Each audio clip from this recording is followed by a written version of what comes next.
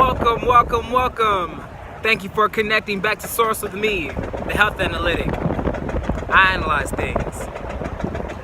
What's that? Yeah, me too. Oh yeah, so I was just talking to my body right there. And today's topic is gonna be developing a relationship with the body. So there's a lot of very interesting things about the body and how it actually has its own way of doing things. It has its own separate thoughts from yours. It has different desires and different cravings than you know, because for me, I understand that I'm the spirit, I'm the infinite being of light that resides inside of the body. I'm not the flesh. I desire completely different things.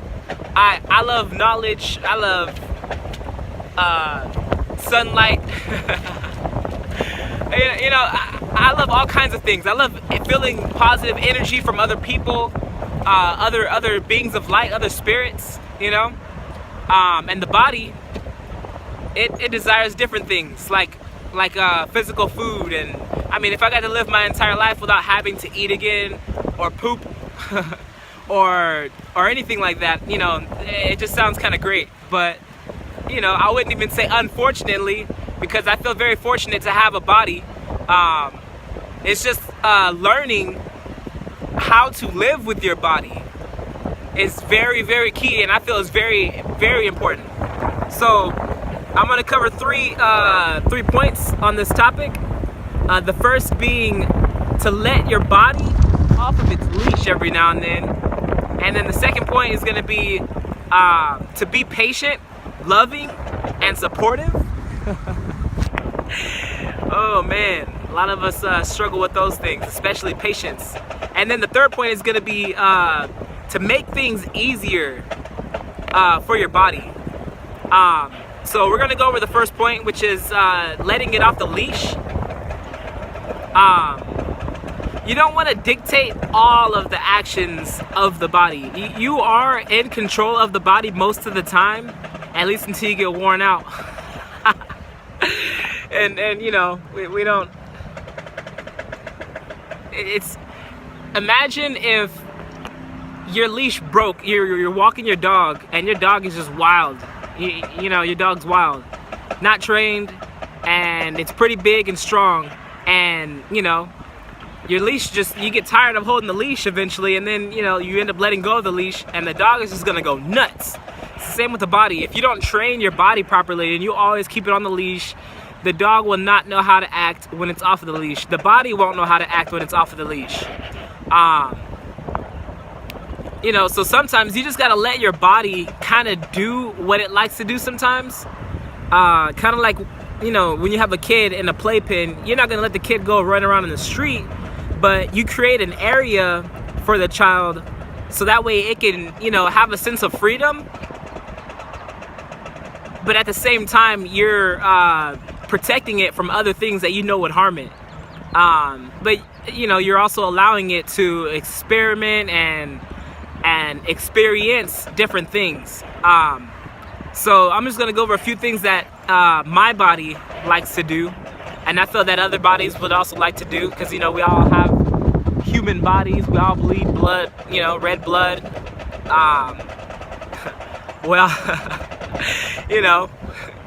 We all shit brown. So just things like that. All of our bodies are very, very similar. When you meet somebody that doesn't crap or doesn't need to eat, or their blood is a completely different color, or or they just have so many things about them that just don't resemble that of a human being, let me know, because I'm really interested in meeting somebody like that. Anyways, so things that the body likes to do. The bodies like to eat, walk, breathe, fresh air, of course. We like to dance, we like to move.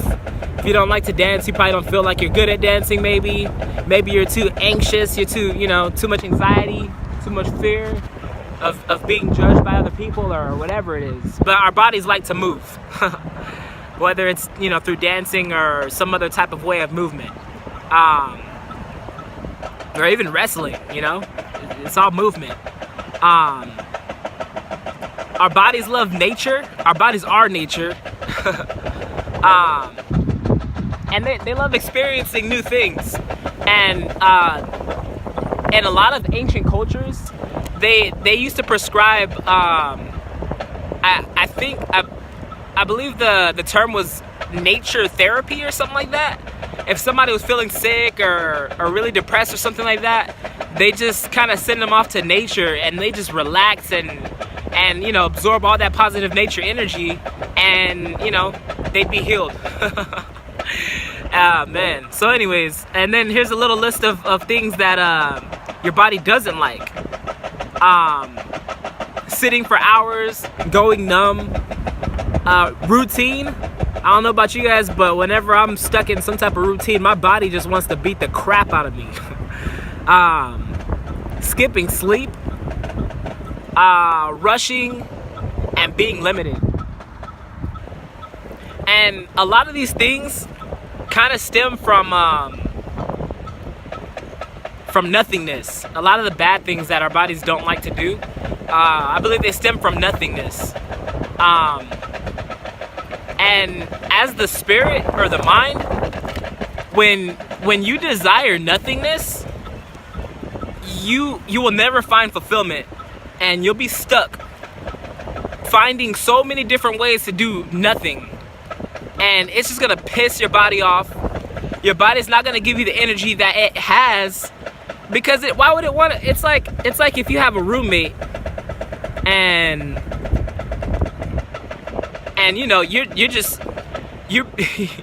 you're just doing nothing with all your time. You're not being considerate of your roommate. You're probably playing your music super loud, probably even music that your roommate hates to listen to. You're eating all the food in the house. Now your roommate has food in his room and he's not going to share it with you because he doesn't like the way that he doesn't like the fact that you're being inconsiderate about how you're using the space that you guys are forced to share. And then when you run out of things and now you're out of energy, why would your roommate want to give you any of his resources or food, or why would he want to share anything with you? And in the same way, the body, it has all this energy. Like even yesterday, I remember I made the other video talking about how I took a cold shower and blah blah blah. But before I took the cold shower, I was extremely exhausted. I had a really long day. I was just sitting on the bus all day. I was going, I was just kind of traveling all day, and I was just just sitting down, just riding. And my body was just like, yo, this is boring. I don't want to be sitting around doing nothing all day. But, I had a lot of things that I needed to do. So that's what needed to be done. But, and by the time I got home, my body was just was done. It was, it's fed up with me. And then I took a cold shower, and that was kind of a new experience for the body. And at the same time, I'm meditating. I'm trying to level with my body and, just be present with my body and experience new things with my body. And right after that, I got just random boost of energy. I was ready to do all kind. I actually, even was inspired to make that video yesterday. I had a completely different idea of a video that I wanted to present to you guys, but after I got that random shot of energy and I had all these other ideas just flying through my head, and I was like, wow, I need to share this with you guys. But yeah, and your body has all this extra energy that it chooses to either withhold or to share with you, the spirit, or the driver. You're not necessarily the driver. Your body isn't like a car. It's more like a horse, and you're its rider. And when the rider gets tired, he can't keep riding the horse. He either has to get off, or he's just sitting there and his arms are eventually going to get tired. And then, you know, if he's not treating his horse right, the horse is going to buck and then just run off and do whatever it wants to do, leaving the, you know, the rider to, you know, sit wherever he wants to. And then the rider can't do what he wants to do because the body or the horse is, you know, off doing its thing because the rider got too tired of controlling it the whole time. And in the same way, if you keep your body on a leash, you know, if you keep your body on a leash and you're constantly not considering it, you know, you're not gonna get what you want out of from the body for the things that you would want out of life and the things that you would need to get out of life. So yeah, and again, just if a lot of your tasks that you desire revolve around nothingness, always remember that nothingness is infinite. It's just as infinite as you, the spirit. And you know, there's an infinite number of ways that you can do nothing. So I don't know, I just kind of want to inspire you guys or challenge you guys. If a lot of your tasks revolve around nothingness, like, I don't know, maybe it's, I mean, and you know, I'm a really good gamer. I love video games. Not the body. The body, when I'm playing video games, all I'm using is my fingers and my mind. The rest of the body is being neglected for however long I decide to force it to sit. You ever try to get a dog to just sit? Like, how long does the dog just sit before it gets pissed off at you and starts barking, you know, and then you gotta yell, hey, stop, sit, you know what I mean? And then now you gotta be aggressive with the dog, and the dog's like, man, why the heck is this guy yelling at me? Like, I don't want to just sit here. Oh my goodness. You know, and there's a lot of other things. Like, your body also hates throwing up. You know, if you drink a lot. I dropped my my avocado. Saving for the end of the video. I like to bring a fruit with me every time I do a video. But you know, like throwing up or whatever, your body doesn't like throwing up.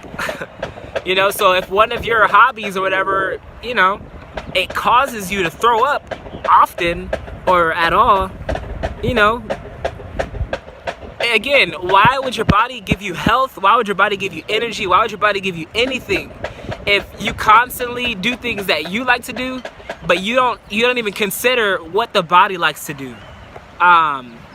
Anyways, I don't want to beat a dead horse, so I'm gonna go to to the next point.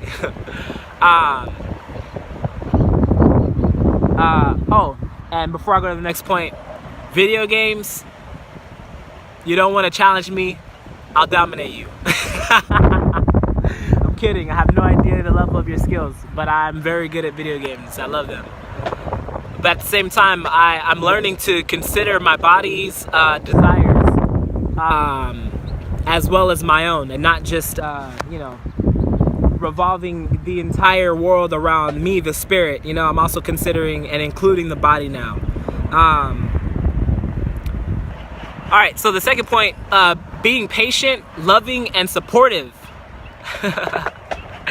This is very hard for me. Patience. I could be a very impatient person most of my life whenever I'm walking anywhere or whenever I'm walking with anybody. Well, you know, not now. I've slowed down a lot, but usually I'm like, ooh, I'm a super fast walker. Everybody else is super slow. Like, I don't understand why everybody walks so slow. You know what I mean? Like, I'm trying to get somewhere, or, you know, I'm trying to get this done, blah, blah, blah. And it's like, I'm the one that's stressing out, you know, because I'm moving so fast and I'm trying to, you know, if the deadline doesn't require you to be extremely fast, then you don't need to be fast. You know what I mean? It's, you know, lack of patience causes, it creates an environment of stress. And nobody likes stress. Nobody likes to feel rushed. Your body doesn't like to feel rushed. And it's very important to be aware of what you're demanding from your body. And also it's important to be aware that you're demanding things from your body, if you are demanding things from your body. Your body will give you things willingly. Whether, you don't always have to demand things from your body, because, I feel that the body understands that it's stuck with you whether it likes it or not. And, it wants to thrive just like you want to thrive. So, in a sense, a lot of its desires will be very similar to the desires of the spirit and the mind. So being patient, loving, and supportive. Okay, if you're learning something new, if you're performing a new task of some sort, and you're demanding perfection from your body, especially on the first try, or anything. If you're just demanding perfection from your body, imagine you get a new job and your boss is just like, it's just an ass. Like he's yelling at you. You just got hired. Oh, you're messing up. Oh, you didn't remember this. Oh, blah, blah, blah. It's like, and then you're stressing out because like that's your job, and if you keep screwing up, you won't have a job, and it's not fun to have that on your mind. Or even if the punishment won't be termination, that there's going to be some type of punishment if you keep failing. And but there's nothing wrong with failure. There's nothing wrong with failure. When you fail, you learn. Your body learns. And it's all an experience. Everything is an experience, and every time you fall, every time you fail, you're learning. And that's why I believe it's important to fail. I used to skateboard for years. I love skating. I just don't have a skateboard now. But when you're learning new tricks, you constantly fail. There's never been a time where I was like, "Ooh, a new trick. Let's go ahead and just do that real quick." Like, no, there's no such thing as doing that real quick.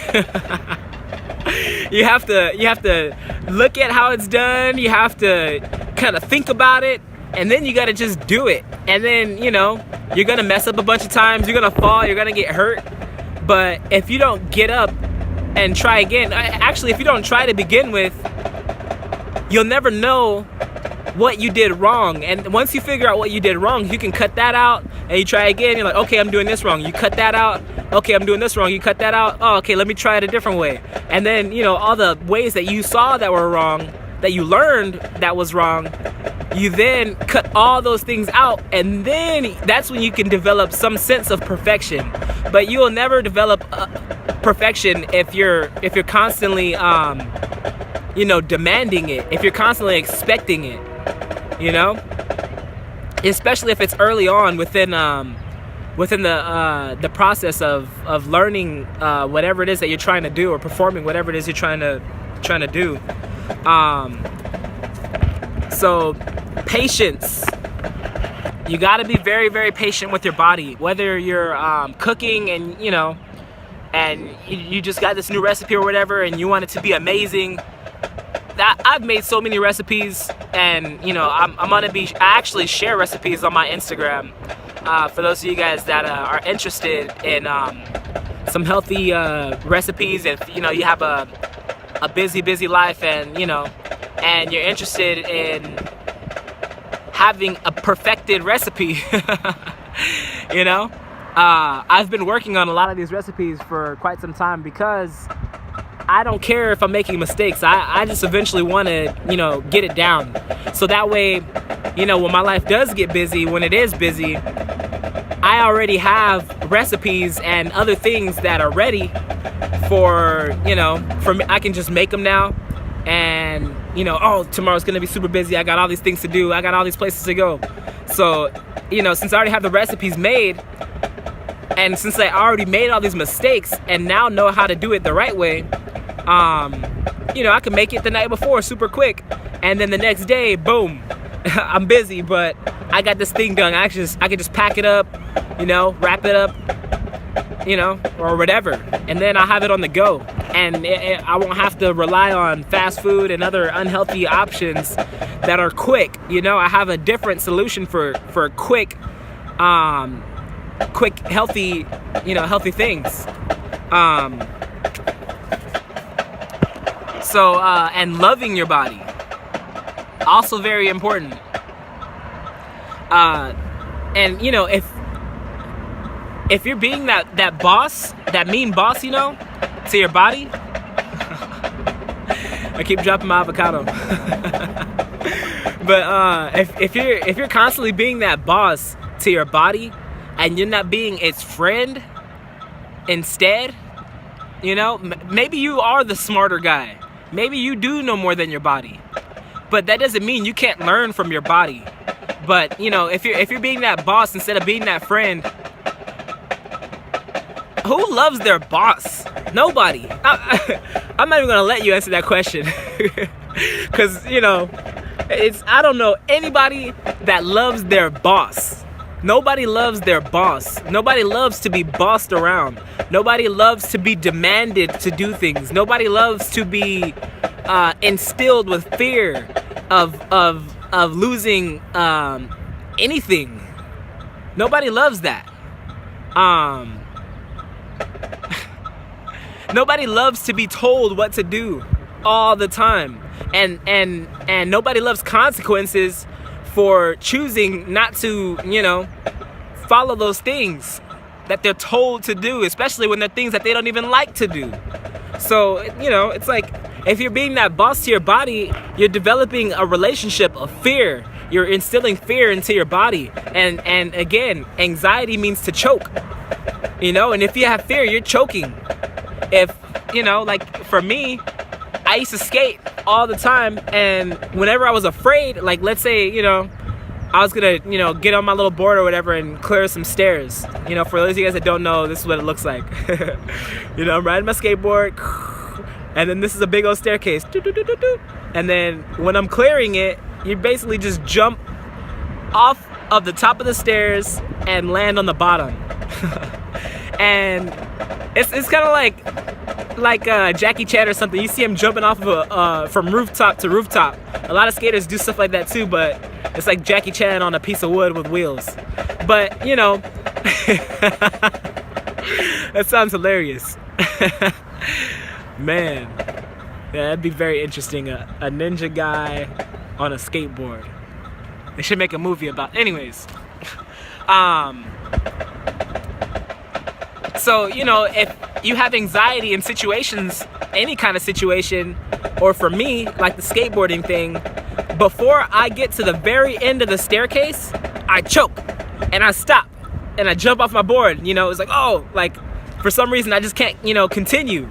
And you know, I'm like, oh man, this is scary. And then I go back, and then I'm going at it again, and right when I get to the edge, boom, I choke again. And you know, that's all fear. Fear stops you from doing anything and everything that you want to achieve. Anything that you want to, any dreams or goals that you want to reach or grasp. If you have fear, if you have some form of anxiety, you won't be able to reach those goals and dreams. You're gonna be stuck. You're gonna choke every time you get close, and it's gonna suck. It's gonna suck. And you know, the thing that really really irritated me about the whole staircase thing is I knew I could do it, but when my body choked right when I got really close, right when I was so close to reaching my goals,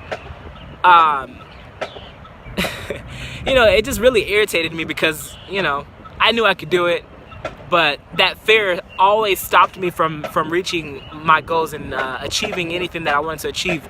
And you know, the same for you. Whatever goals that you have, any dreams that you have, you can reach them. You can do it.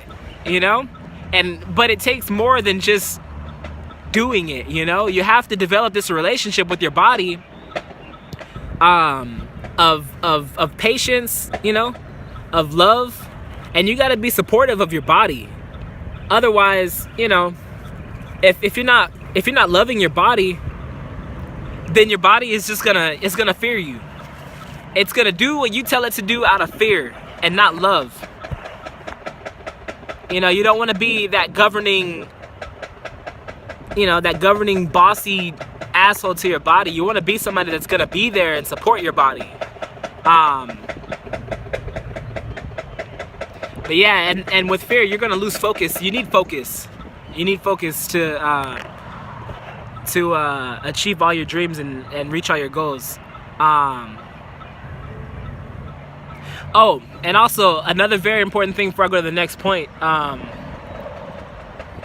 When you speak, when you tell your body to do something, it listens to you all the time. Well, not all the time, most of the time. The only time it doesn't do what you tell it to do is when it's afraid. And when it's more afraid of the task than it is afraid of you. When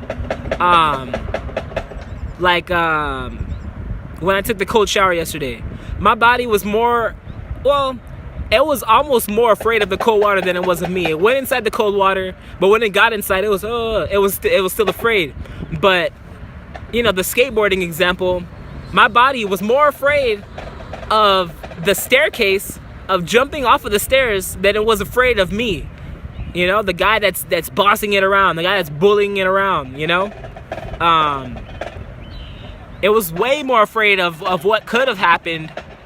From the staircase, like, oh man, I could bust my head open, I could, break my back, or the body's thinking like, oh my God, I'm gonna die, and whoa, body's like, let's take a few steps back there, like, let's think about this for a second. And so the body, most of the time, it listens to and it does whatever you tell it to do, most of the time. So in the same way, when the body speaks, you have to listen to it as well. Otherwise, there is no relationship. There is just you being the boss and your body being the employee. And a boss-employee relationship is not fun. It's not fair, and it's nowhere near being close to being equal or considered equals. When you're developing that boss-employee relationship with your body, you're placing yourself so far above your body that your body has no sense of respect for you, like none. Like, the coolest boss I ever had, he was my friend, and he was super cool. I'd hang out with him, he'd tell me what to do at work, but he wouldn't yell at me and everything like that. He was doing his job, I was doing my job. We got along, it was cool. He was always supportive. He always acknowledged my good work, and all kinds of other things. But he never really placed himself so much higher than me, as if he was a better person, or as if his way is always right, or as if my opinions don't matter. He always listened, so if you do feel like because you are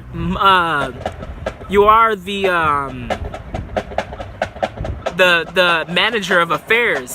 As the spirit, you manage what the body does. You're kind of like the body's protector in a sense, You're kind of, your job is to guide the body, not to force the body into doing everything that you want. So, before I go to the next point, I'm just going to give a quick example of what it looks like. This is the fun part of what it looks like to communicate with your body. So, okay, I'm going to mentally, I'm going to send, signals from my brain to, like right now, I'm sending signals to my hand from my brain to do this, to wave. See that? I'm telling my body to do this. And in turn, my body's going to tell me things like, okay, I'm still doing this. Now my hand's getting tired. But if I decide to keep doing this, I'm ignoring my body. My body's telling me, hey, I'm getting tired over here. I can say, I don't care. You're still going to keep doing what I'm telling you to do. Or let's say I'm eating. And I'm like, man, this food tastes good. And the body's like, oh yeah, this food does taste good. But then my stomach's like, whoa, and it's getting, and it's like, oh, my stomach. Like the stomach starts to hurt. It's trying to, the body's telling me, hey, I think we had enough to eat. And I'm just like, oh no, this tastes good. Oh man. And eventually after eating so much, the body's just gonna be like, whoa, whoa, whoa, whoa, whoa. Let's take a few steps back for a second. You know? And at that point, the body's gonna be more afraid of what could happen from you overeating than it would be of you yelling, you know, and being so bossy to it, or whatever, you know, you could do to harm your body that would make it so fearful. But it would fear the overeating more so than the spirit. And that's why a lot of times when we do overeat, and I overeat sometimes, and it's something that I've been working on. I'm a slim guy, but I can eat. Trust me, I can put it away. I can put food away. So believe me when I tell you, I can overeat. You know, and but yeah, so when your body sends you these signals, you have to listen to it if you want to develop a healthy relationship with your body. So just be very cautious. You know, when your body's tired, it's trying to tell you it's tired. But you have a lot of things you need to do, you know. Consider your body, you know. Maybe put a timer on, even a 20-30 minute timer. Take a nap for 20-30 minutes. Will it kill you, the spirit? Will it kill the body? Will it have so many negative effects on the work that you're trying to get done? You know? And if not, then, you know, think about your body. Say, you know, hey, all right, body, you know what? You're allowing me to get all my work done. You're tired. I'm gonna let you get some rest. Or you're tired of doing all this bull crap that you don't like to do. Let's do something that you actually like to do. A lot of times, your body has so much energy.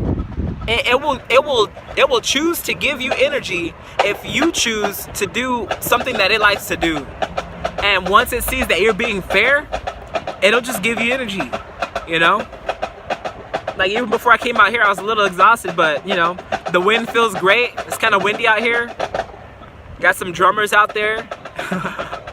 You know, there's a lot of things that my body right now is just kind of enjoying.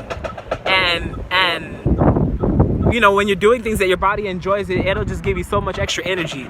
But, you know, just remember to consider your body. So point number 3, we got make things easier. And, you know, just something really quick for this one. Cleaning your room so your body doesn't trip. Prep meals so your body wants health and not junk. Plan the night before so your body has time to do things too. You know, if you don't plan things the night before, if you're not planning, you know, your days out, you don't always have to plan everything down to a T. But when you plan things out, you save so much time in the day. And then you have time for your body to do what it wants to do, instead of, you know, you trying to figure out last minute how you, the spirit, is gonna, you know, want to do everything within the day. And then, so yeah, so you want to use your mind. You want to use your mind for your body's convenience. You don't want to,